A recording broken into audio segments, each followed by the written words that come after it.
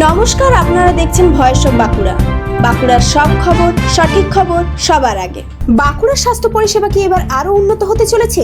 জিতলে কি পরিবর্তন আনতে চান তৃণমূল প্রার্থী ডক্টর অনুপ মণ্ডল? এবং বাঁকুড়ার মানুষের জন্য কি বার্তা দিলেন সাংসদ অরূপ চক্রবর্তী?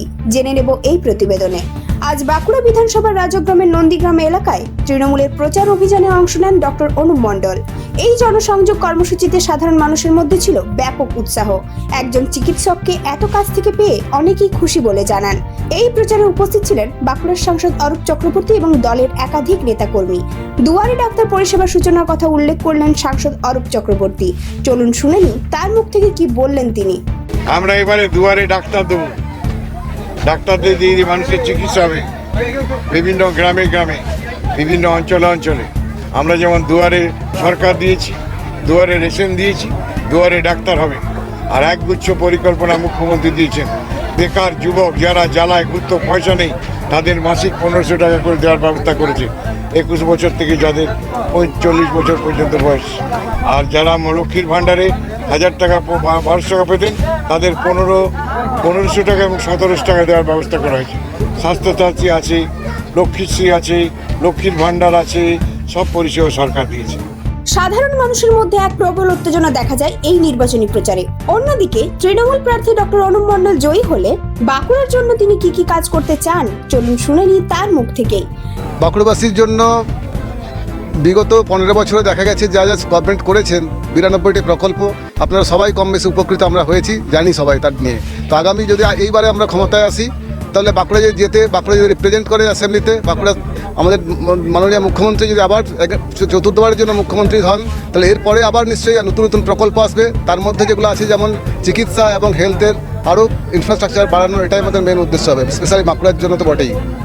একদিকে বিজেপি, অন্যদিকে তৃণমূল, পাশাপাশি সিপিএম, সব মিলিয়ে বাঁকুড়ার বিধানসভা জমে উঠেছে নির্বাচনী লড়াই। এই হাড্ডাহাড্ডি লড়াইয়ের শেষ পর্যন্ত কারা এগিয়ে থাকবে তা জানা যাবে ফল ঘোষণার দিনেই।